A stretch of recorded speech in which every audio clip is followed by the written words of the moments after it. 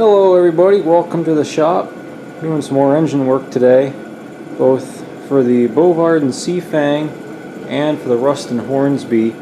I'm at the point where I want to clean the bore up, and I believe I made a previous video, maybe even for my Patton brothers as well.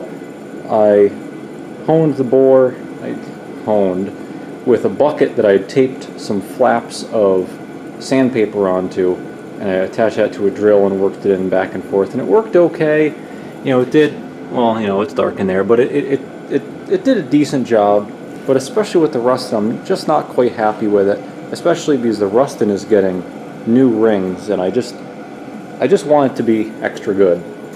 So it's very hard to find a very large cylinder bore. This is a 12.5-inch bore.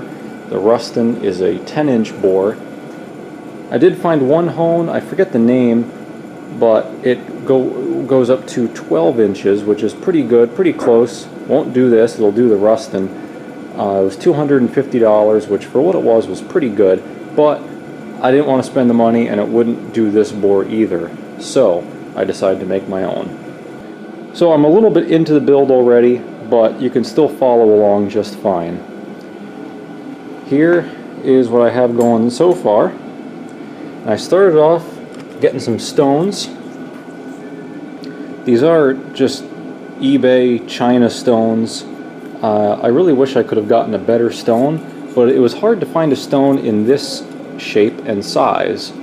I could either find a big, thick bench stone or some tiny little, like 3-inch long ones that you'd use for very fine stoning work on something. I don't know what. So I got these. Got some flat stock from McMaster that will fit the stone as a backing, and I used the same material to make some little pivot things. I have a piece of long threaded rod. This is 5/8 rod.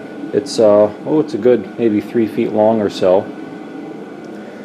Eventually I will put this in the lathe and turn down one end just to get the threads off and bring it down to a 1/2-inch diameter so I can put it in a drill chuck, maybe grind a flat on it too so the drill chuck grabs it nicely. And over on this end I got a heavy hex coupling nut, so it's extra long.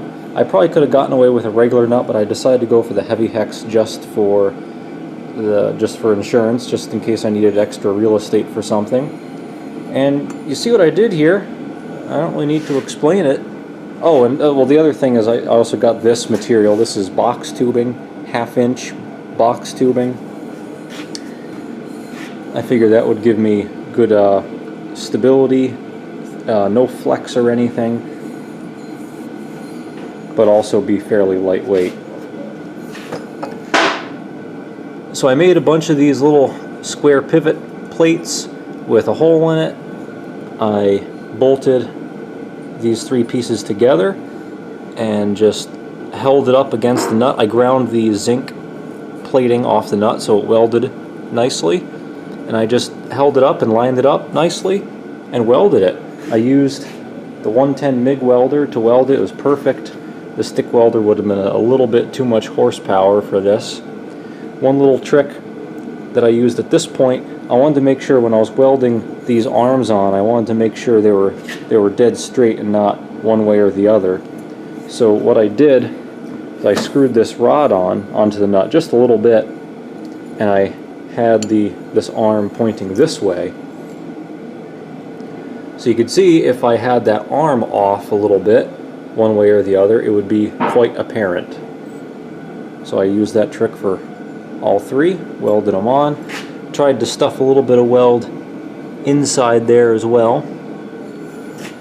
So now the next step is to cut some slots in the stone end of these arms like this, because the plan is once the stone is glued onto this metal backing, actually before I glue it onto the metal backing, I'm going to take another one of these little pivot blocks and weld it on there. So this will go in the slot there with another bolt so it can pivot and contact the bore. So I'm doing that by laying everything out. I drilled a hole there for the end of the slot, and I used the sliding square and made 2 marks, and I'm just cutting that with an angle grinder. Okay, so I mocked up the next step here. These arms, which will have the stones on them, of course they need to be pulled out somehow by a spring. So this is what I worked up here. I got the threaded rod threaded into the hub. In the final assembly, I'll have a second nut here as a lock nut to jam it against this. I could weld it, but I'm going to use a jam nut as long as it works well enough, just in case I need to take it apart for any reason.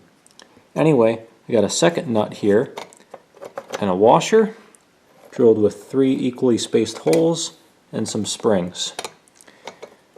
Now with the nut, I can of course move this washer up and down and change the tension.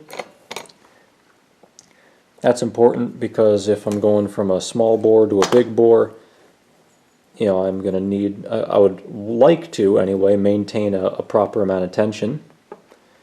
So I got these springs. I just sort of guessed at what I needed. They seem pretty decent, but they seem to have a fairly high spring rate, so they go from soft to hard pretty quick. So they'll definitely need some adjustment. They're also, I don't know if I'd call them short, but you know, I drilled some holes just in the middle, kind of arbitrarily in the middle of these arms to attach the springs to. And you know, a little short, I guess, doesn't really matter. So I just have this wire twisted in here, and when I get this a little bit more finalized, I guess I'll put this in the bore of one of the engines and choose where I want to make a loop in this wire to attach the spring as a good like starting point. Then from there, depending on the engine, on the cylinder bore size, I can turn this nut in and out to change the tension. So now I'm welding the little pivot blocks onto the backing plates for the stones. Figured I'd just show you the setup. I have a piece of heavy steel there that I clamped that bar onto. And then I just simply used a magnet to hold the little pivot piece on there. I did lay out with a scribe the center so I can get this aligned right in the middle. I did 1 tack right on the end, not on the side, but on the end. Pulled the magnet away, and I checked alignment and squareness and everything. With that 1 tack on the end, I was free to move that any which way I want. Then tack the other end, and then tack on one side, tack on the other side, then weld it. Because the reason I'm doing this is because, firstly, welding here is going to make this bottom piece want to warp, and it's going to end up C-shaped. Also, if you just weld on one side, it's going to pull that piece at an angle. So it's good to tack on the end where that, if anything, that little tack will just pull this piece, you know, rotate it a little bit like that, and you can tap it back down. Or even if you leave it, it doesn't really matter. So it's good to keep these sort of things in mind when you're welding, because a cooling weld will shrink and it will pull. So you have to keep that in mind. Well, here we go with a quick little trial run. I just put this bolt in here instead of the threaded rod, so I wasn't fighting with that long rod. I put the springs on, and as it turns out, this washer to attach the springs wasn't the best idea because it's too small in diameter. So you take a look at this arm here, it's extended out a fair amount, but the way the spring is pulling, it's still pulling mostly in line with the arm, so there isn't a lot of force going out, there's just a lot of force going in this way. So there isn't a whole lot of force on that. So what I think I will do, I think it would work okay for a large bore like this, but any smaller bore there's almost no force at all. And here you can feel it's kind of wanting to go over center, so it doesn't have any force whatsoever. So I'm going to rework this, make a larger disc or something so these points are further out, so it's pulling a little better on the arm. Well, there we go. That fixes it. Just took that same washer, welded some little strips of metal on there, drilled new holes for the springs, and this thing is fucking deadly. It's like a bear trap. You really got to be careful with it. It's definitely good. I got this adjustment nut here. Even as it is, it's a little tight. But, you know, I'm pretty happy with it, considering that I had no drawings, no measurements. I just sort of made this up. I had an idea in my head, but that's it. But this thing is mint. I'm going to take this threaded rod, bring it to the lathe, and turn a little spot on the end there for my drill. And let's give this death trap a try. Alright, so it's all done. I turned the end of the threaded rod in the lathe so it could fit in the chuck of my half-inch drive drill. I'm putting that on right now. I have this piece of tape on there for, well, on these 2 strokes, I guess even on a 4-stroke you might want that just for ease of use. It is marking the end of the cylinder because I can't see down in there that easily.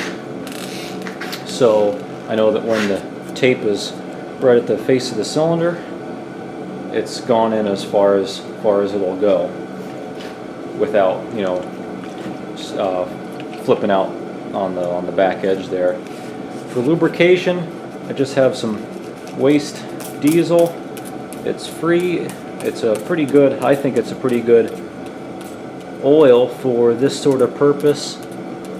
It flushes away all the dirt and grit pretty well, and it soaks into the stone nicely. So let's see.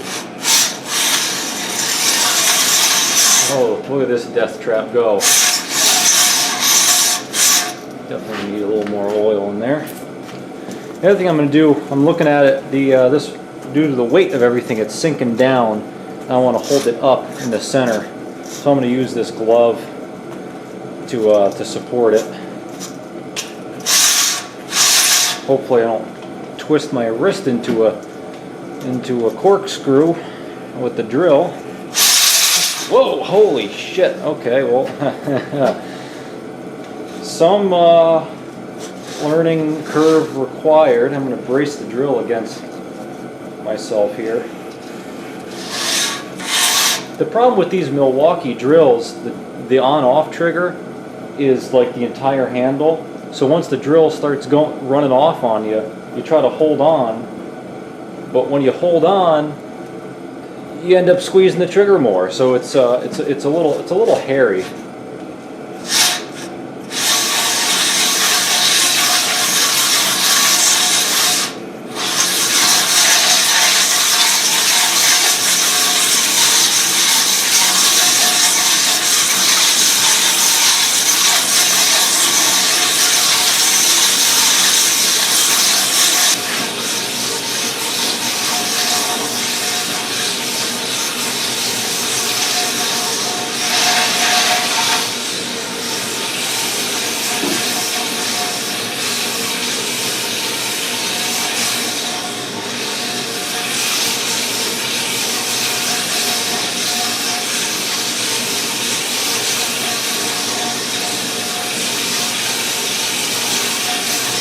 Well, here's the final result. I really didn't do too much. Again, I already kind of honed this with my bucket and sandpaper hone, but I really like that. I think you can get an idea of the cross hatching going on there.